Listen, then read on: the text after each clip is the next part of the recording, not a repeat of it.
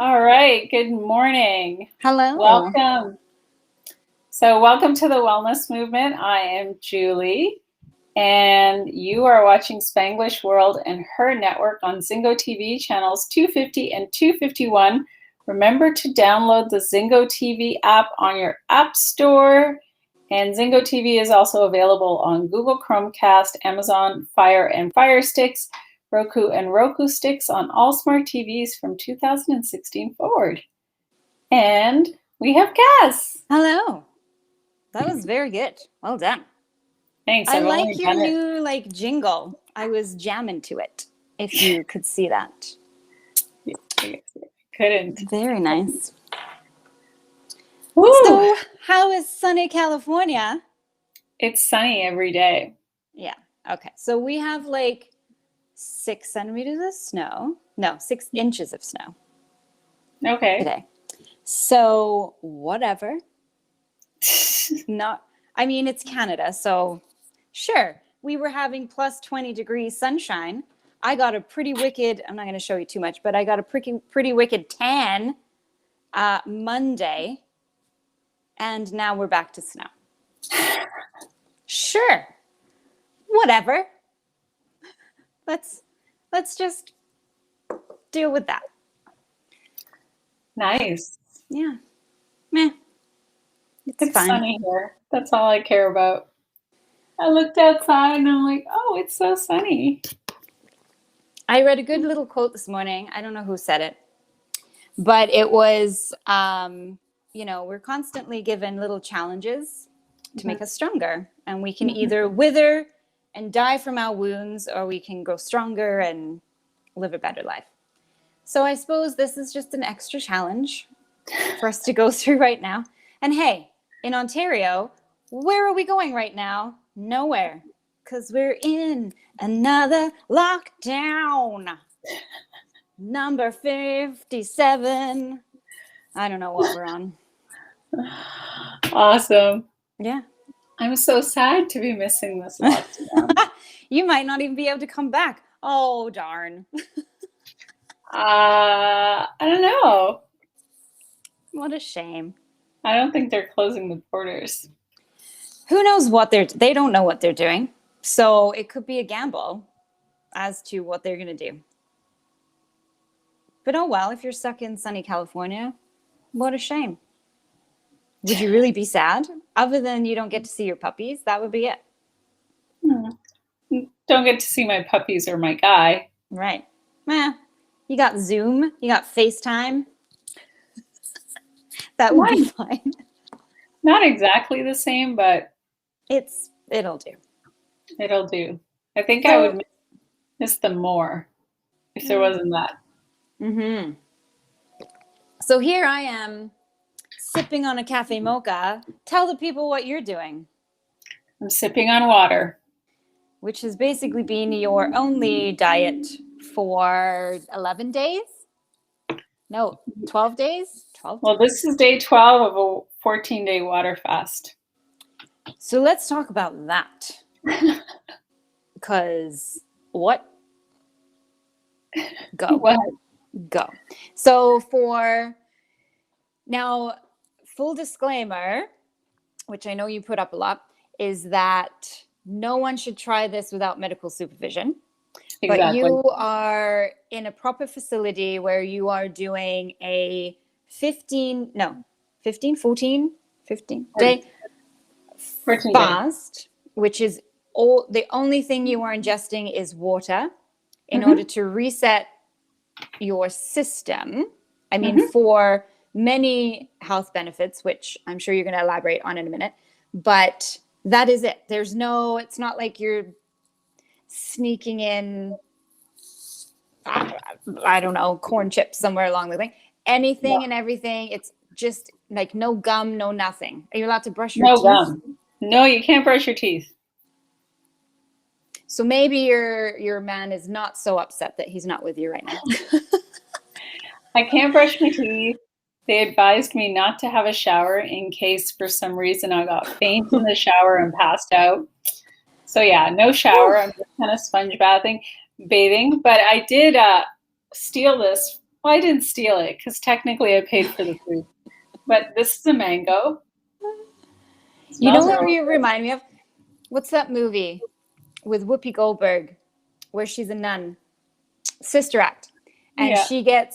she's like defiant when she becomes a nun, and they make her not eat food as punishment, and she tries to steal a tomato from the garden. That's what I feel like you are doing right now, where you're like, No, I took this mango. I can eat it on Sunday, so I'm just letting it ripen. Just gonna hang out there underneath my hat, contraband. But yeah, no water. No, I don't put any salt or minerals or anything like that in the water. It's just plain distilled water.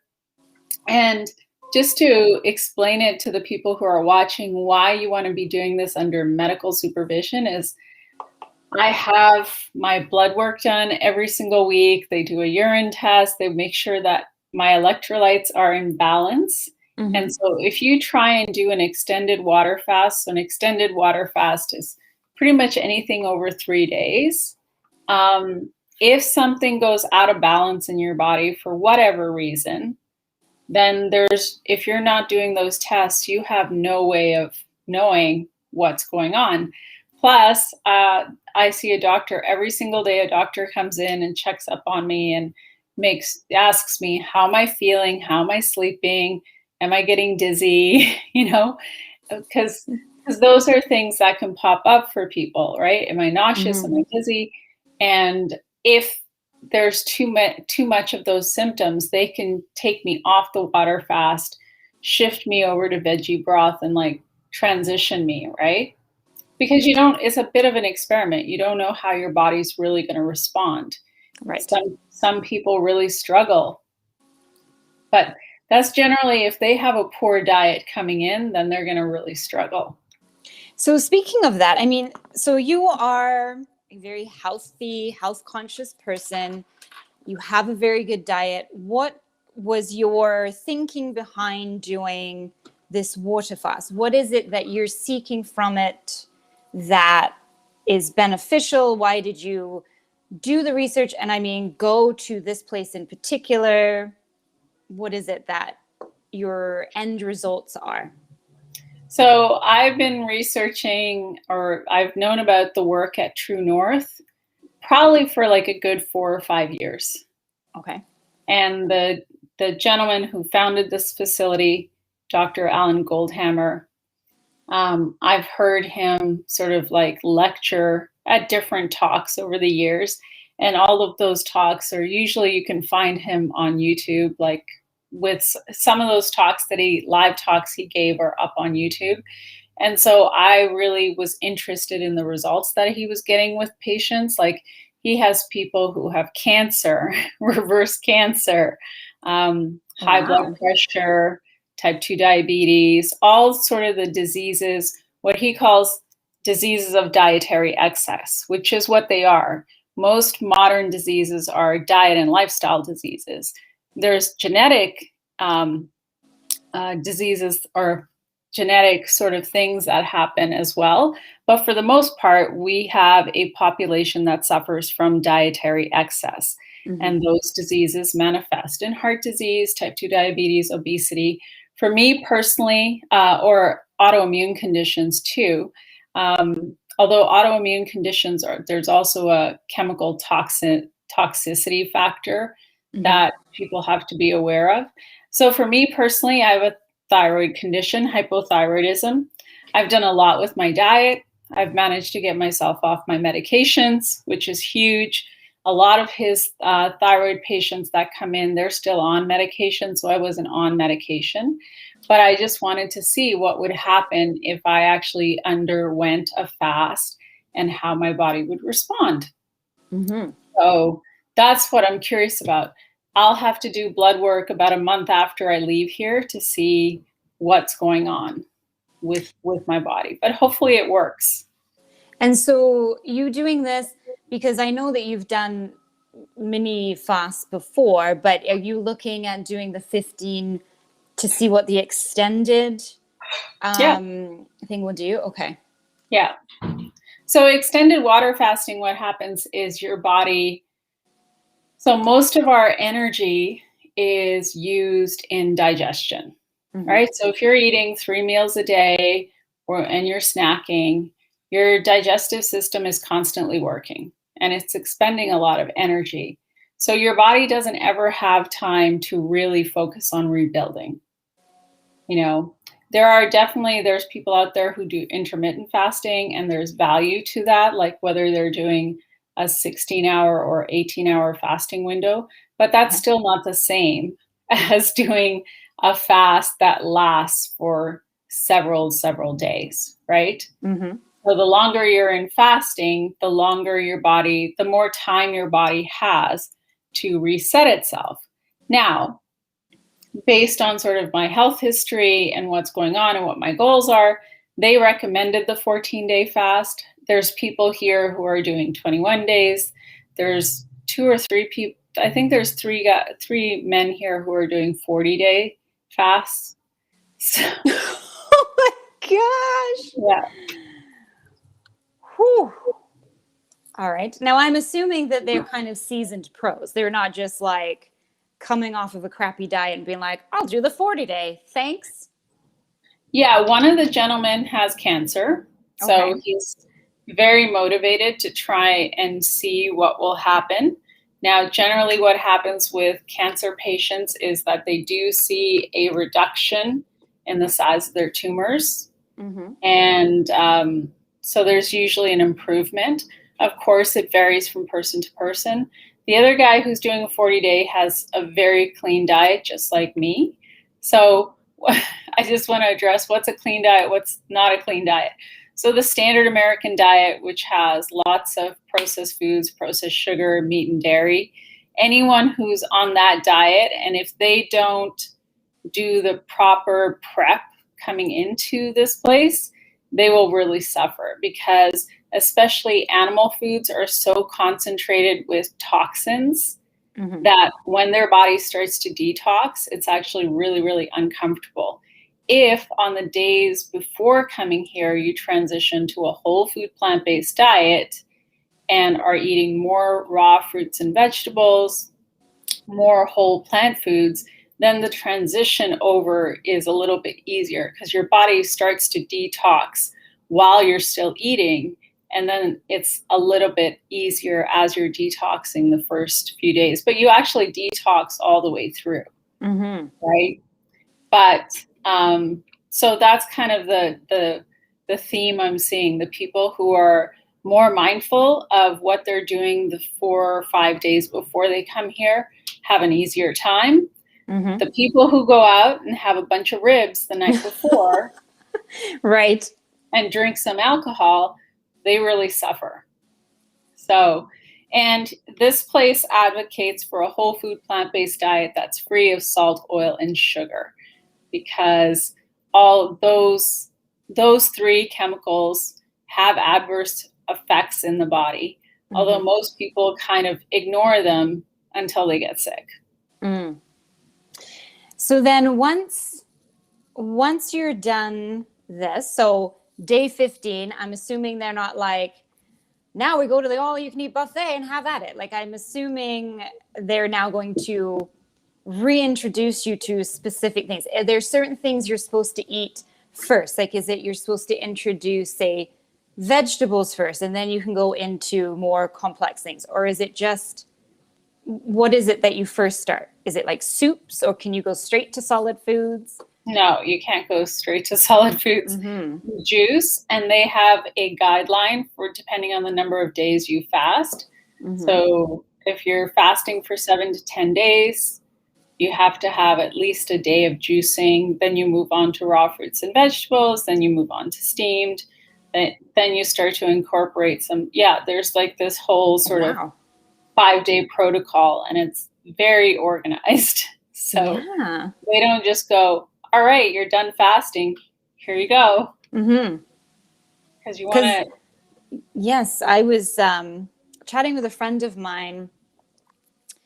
We were just talking about, I clearly have some sort of hormonal thing going on right now because my craving for sugar has gone through the roof. I'm not really sure why, but it suddenly has. And I was doing like a little mini kind of just trying to cut as much sugar out of my diet as I could. If only I knew someone that could help me there. But I just thought I just not necessarily like I'm going to go on a sugar-free diet, but I was just more conscious of what I was eating. And then kind of once I had done it, I didn't really have a deadline, but I did it for about a week just to kind of do things. And then the next day, I think I had something like fruit wise that probably is high in sugar. Holy cow. Boom! Like insane sugar cravings. My body was all over the place. My sugar levels were. So I can totally see how it's very important when you're finishing these types of dietary changes that you're then conscious of the next step through there. You're not just like, okay, well, I did it, so now I'm going to Wendy's to celebrate, because I guess you're just screwing up your system then, right? Yeah. Well, I mean, the idea also is to take the time while you're fasting to create a better relationship with food. And, there's a lot of people who come here who have food addictions. And so addressing that, there's a psychologist on staff. So you can work with somebody if you have food addictions to try and address those food addictions. And then, yeah, I mean, like they do advocate for fruit. Your gut microbiome does get a reset, but the thing with sugar is it probably takes at least a month to get the bacteria that crave the bad sugars out of your system, right? So it's not just a few days, it's more of an extended period of time. And generally, it's best to kind of stay away from like the super high sugar fruits as much as possible. But which incidentally apparently is every fruit, because when I was like just looking up things, they were like, you can eat the plastic version of the fruit because everything else contains the sugar. Yeah, but I mean, like, fruit is not the same as a candy bar, right? Like, there's a lot of value to having fruit.